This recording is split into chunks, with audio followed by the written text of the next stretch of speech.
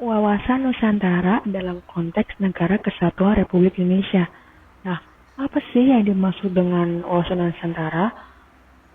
Menurut ketetapan MPR tahun 1999 mengenai pengertian wawasan Nusantara adalah cara pandang dan sikap bangsa Indonesia mengenai diri dan lingkungannya yang serba beragam dan bernilai strategis dengan mengutamakan persatuan dan kesatuan bangsa serta kesatuan wilayah dalam menyelenggarakan kehidupan bermasyarakat, berbangsa, dan bernegara untuk mencapai tujuan nasional.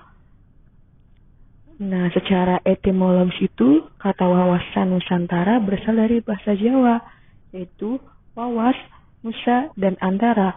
Arti kata wawas yaitu pandangan, tinjauan, penglihatan indrawi, sedangkan kata nusa berarti pulau atau kesatuan kepulauan. Lalu arti antara berarti dua benua dan dua samudra. Nah, secara terminologis menurut Prof. Wan Usman yang mendefinisikan pengertian wawasan Nusantara sebagai cara pandang bangsa Indonesia mengenai diri dan tanah airnya sebagai negara kepulauan dengan semua aspek kehidupan yang beragam. Menurut Garis Besar Haluan Negara tahun 1998 yang menyebutkan jika wawasan Nusantara adalah cara pandang dan sikap bangsa Indonesia mengenai diri dan lingkungannya dalam penyelenggaraan kehidupan bermasyarakat, berbangsa, dan bernegara. Selanjutnya itu menurut Kelompok Kerja atau Lembaga Pertahanan Nasional pada tahun 1999, pengertian wawasan Nusantara yaitu suatu cara pandang serta sikap bangsa Indonesia mengenai diri serta lingkungannya yang beragam serta bernilai strategis dengan mengutamakan persatuan serta juga kesatuan bangsa dan juga kesatuan wilayah di dalam menyelenggarakan kehidupan bermasyarakat, berbangsa, serta bernegara untuk dapat mencapai tujuan nasional. Nah, hakikat wawasan Nusantara itu keutuhan Nusantara dalam pengertian cara pandang yang selalu utuh menyeluruh dalam lingkup Nusantara dalam kepentingan nasional. Ada 6 asas wawasan Nusantara yang penting untuk dipahami, yaitu kepentingan yang sama. Nah, kepentingan yang sama masyarakat Indonesia hendaknya mempunyai tujuan serta kepentingan yang sama. Sebagai contoh, ketika seluruh rakyat Indonesia menginginkan kemerdekaan, serta melakukan perjuangan bersama-sama untuk mengusir para penjajah. Nah, yang kedua itu kejujuran. Kejujuran dalam berpikir serta bertindak menjadi sebuah asas wawasan Nusantara yang sangat penting. Berani dalam berpikir dan bertindak sesuai fakta serta kenyataan yang sesuai ketentuan wajib dilaksanakan demi terciptanya kemajuan. Yang ketiga itu keadilan. Seluruh elemen masyarakat mempunyai hak yang sama untuk mendapatkan keadilan dalam segala macam aspek kehidupan bernegara, baik keadilan secara hukum, ekonomi, politik, serta sosial. Yang keempat itu solidaritas. Adanya sikap solidaritas menjadi sebuah bentuk kepedulian terhadap orang lain, mau untuk berbagi serta berkorban demi kepentingan yang lebih baik. Sikap solidaritas juga sudah selayaknya dijalankan oleh seluruh masyarakat Indonesia dan tentunya tanpa menghilangkan ciri serta karakter budaya tiap daerah. Yang kelima itu kerjasama. Dengan adanya kesadaran akan tujuan serta kepentingan yang sama, maka dapat menimbulkan kerjasama serta koordinasi antara elemen masyarakat. Kerjasama serta koordinasi tersebut bisa dilaksanakan atas dasar kesetaraan agar terciptanya efektivitas untuk mencipta tujuan yang sama. Yang keenam itu kesetiaan terhadap kesepakatan bersama. Kesetiaan juga termasuk salah satu asas wawasan Nusantara yang menjadi tonggak utama untuk menciptakan persatuan serta kesatuan suatu negara.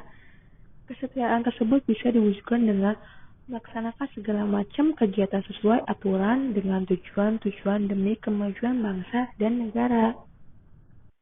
Kedudukan wawasan Nusantara merupakan ajaran yang diyakini oleh seluruh rakyat Indonesia supaya Tidak terjadi penyesatan atau penyimpangan dalam upaya mewujudkan cita-cita serta tujuan nasional. Fungsi wawasan Nusantara itu sebagai pendoma, motivasi, dorongan, serta rambu-rambu dalam menentukan kebijakan bagi penyelenggaraan negara tingkat pusat maupun daerah. Fungsi wawasan Nusantara sendiri terbagi ke dalam 4 kategori. Fungsi yang pertama yaitu sebagai wawasan di dalam pembangunan Indonesia.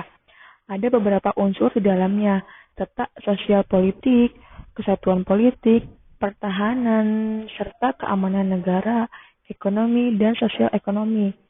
Fungsi selanjutnya yaitu sebagai konsep ketahanan nasional yang memegang peran penting di dalamnya, perencanaan pembangunan, kewilayahan, serta pertahanan keamanan nasional.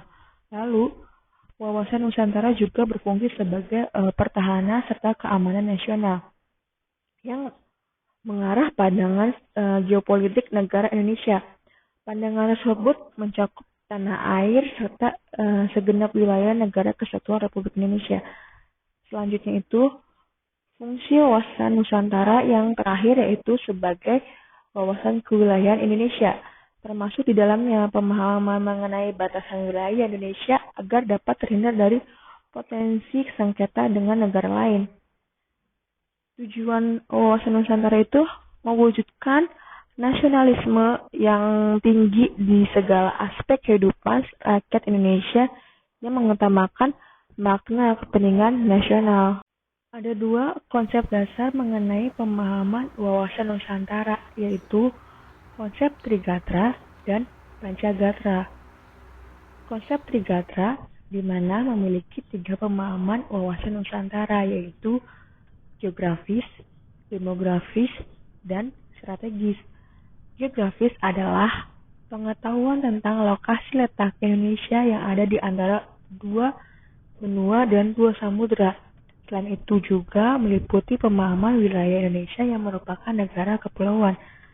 Di sisi lain, demografis merupakan pengetahuan tentang jumlah, komposisi, dan distribusi penduduk Indonesia, baik yang tersebar di penjuru negeri atau bahkan yang di luar negeri. Beda halnya dengan strategis, yaitu sebuah pengetahuan wawasan Nusantara tentang kekayaan sumber daya alam yang terbentang secara vertikal dan horizontal, dari atmosfer sampai dasar lautan, dari Sabah hingga Merauke. Konsep Pancagrata memiliki 5 konsep pemahaman dan sangat perlu untuk dimengerti lebih dalam.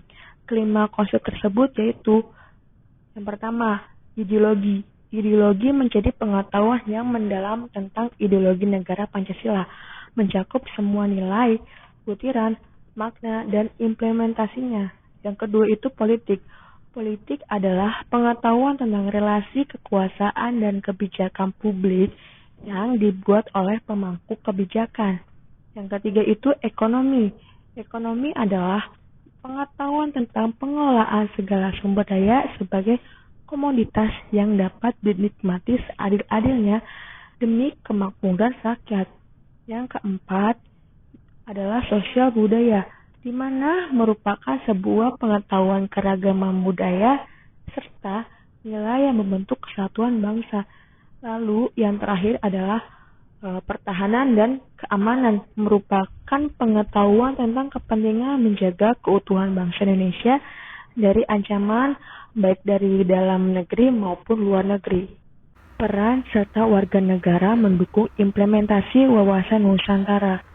Peran siswa mendukung persatuan bangsa, mempunyai wawasan kesadaran berbangsa dan bernegara untuk bela negara, terus berbudi pekerti luhur, disiplin, mewujudkan kepentingan nasional, menciptakan kerukunan umat beragama, menjunjung tinggi hukum dan pemerintahan, hidup rukun, gotong royong dalam masyarakat, dan menjaga kelestarian budaya.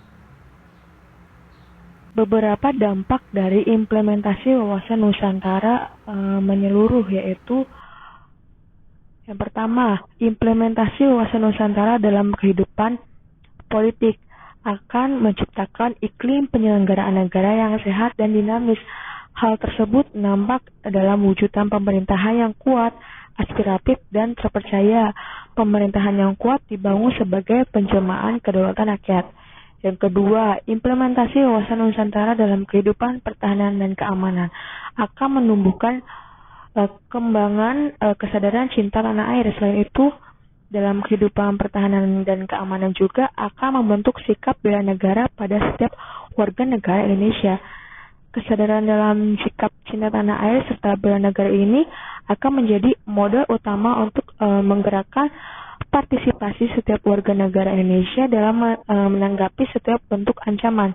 Yang ketiga itu, implementasi wawasan Nusantara dalam kehidupan sosial budaya akan menciptakan sikap batiniah dan lahiriah yang mengakui dan menghormati segala bentuk perbedaan atau kebinekaan sebagai kenyataan hidup sekaligus karunia Sang Pencipta. Yang terakhir itu, implementasi wawasan Nusantara dalam kehidupan ekonomi akan menciptakan tatanan ekonomi yang benar-benar menjamin pemenuhan peningkatan kesejahteraan dan kemakmuran rakyat serta meratakan dan adil. Itu saja penjelasan dari saya. Terima kasih. Wassalamualaikum warahmatullahi wabarakatuh.